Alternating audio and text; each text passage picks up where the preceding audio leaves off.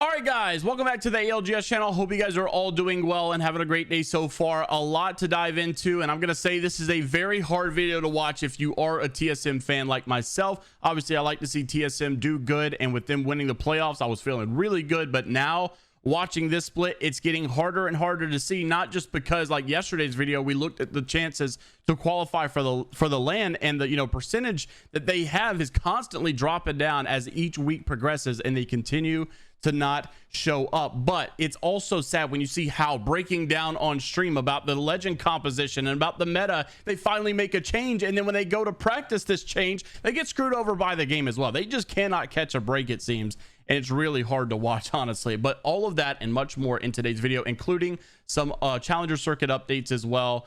And yeah, so make sure to like the video, subscribe to the channel if you guys want to stay up to date, all things Apex Legends esports related. Without further ado, let's go ahead and dive right into this. So the first thing I wanted to mention was coming from Necessity. We've been seeing a lot of Gears of War players, Halo players quit their respective games and then come over into the Apex Legends scenes, and that seems like what's going on here. Necessity, basically, former Halo guy right here, also moving on from the game. This was from Status Quo, big Halo team as well. And also just basically said, moving on. Halo's obviously changed my life. We've gone so far. We've done so much, but moving on to something greater. And like I said, we've seen this guy's, one of the Fallout guys. He's, Fallout's really in touch with these guys.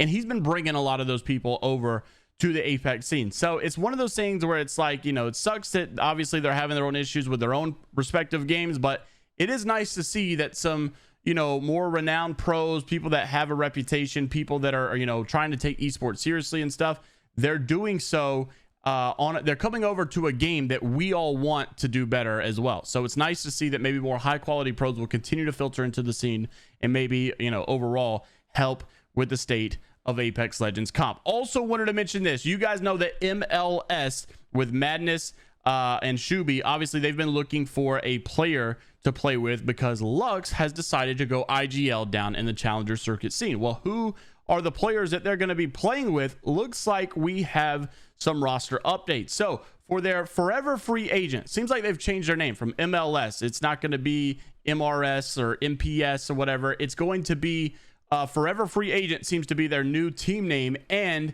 it is also consisting of their 4 players on the roster: Madness, Pow Pow, Reptar, and Shuby Tubi TV. So we'll see if this new roster can fry on paper.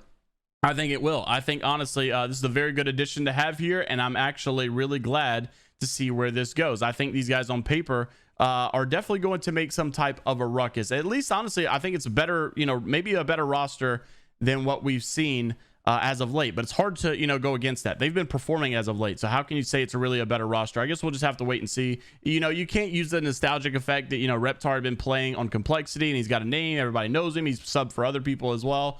So we'll see actually how this roster performs. And but you know what, it is kind of weird that Madness actually said that they were looking for a new third, but it was with a organization offer in mind as well. So it's weird that they're, I'm assuming maybe that fell through now, because now they're called forever free agent. Do they not have this org opportunity like he promised anymore?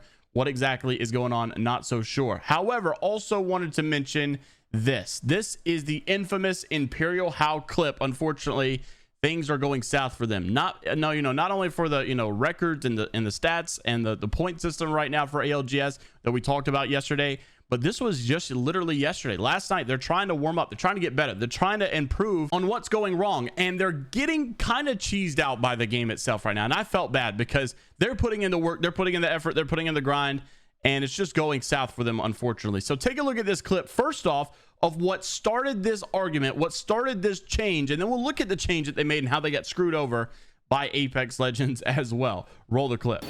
There's a team Godrock too. I see 3. Godrock, I see 3. Okay. Bottom floor of the building. I think we go bottom floor of the building. Okay. Hey, which we lane here. We lane here. We lane here. Okay. This guy's peeking outside there. Lane on me. Lane on me. I got fried. Peeking the balcony. I'm going in. Going in. I got one. I killed one. Nice. We're just I'm fucking. not gonna play that. I don't know. I don't know. We just had to realize that building was open so much sooner. I feel like, I don't know. We were just we were so there, man. Like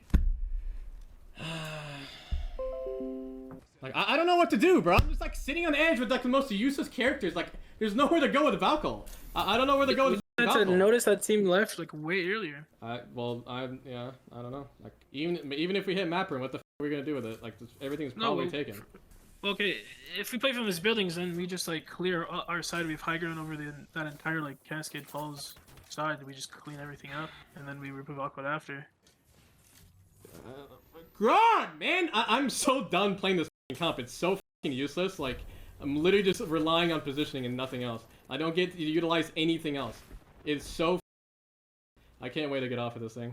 It's so stupid. Like I'm actually what do like we even do tired. there with another comp? Like, I'd rather just play Horizon and then like be able to do something instead of play with my on edge when we don't have zone. Like what are we supposed to do? When you have no beacon, we just run around in circles and fucking die with Valkyl. I can't push a fucking team because I'm playing Catalyst. I know. I'm saying even if we have Horizon, we can't. It's not like we can push the map room building. Like who would we even push? I'd rather Horizon here? We have a way better chance pushing fucking map room with Horizon than Catalyst. We can't from that angle, not from that hill.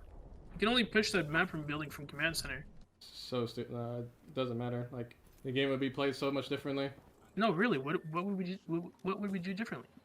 I don't know. We would contest to like I don't know Valkyl and land on the compound or something and fight with Horizon. I don't know. I'm just tired of like playing cat and I'm literally doing nothing. I understand, but it's just how the meta is. Like we just have to be faster, recognize that building is just.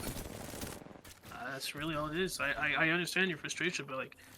Because it's hard zone meta, Wesmo, and we didn't get beacons on the game we needed to get a beacon. And like sometimes you can't, I don't know, you just can't get a good spot. And if you don't get a good spot and your comp is depending on zone, you just fucking lose.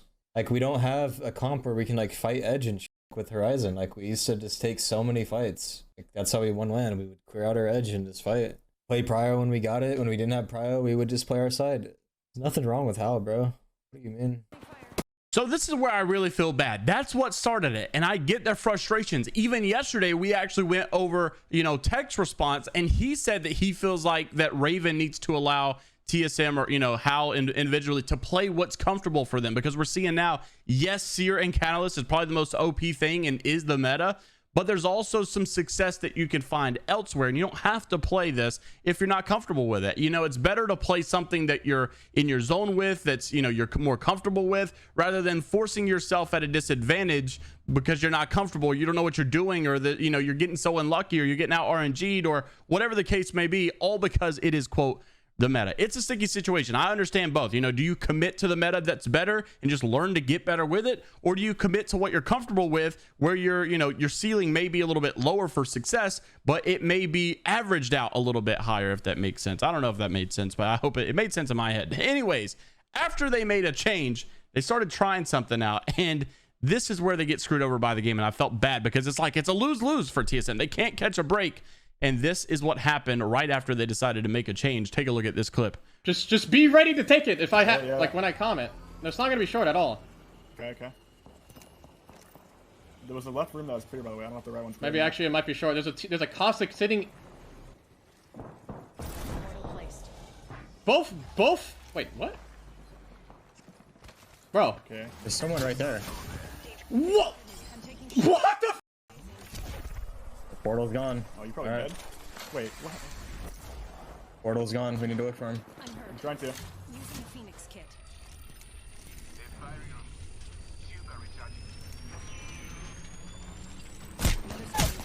I've been down. Bro.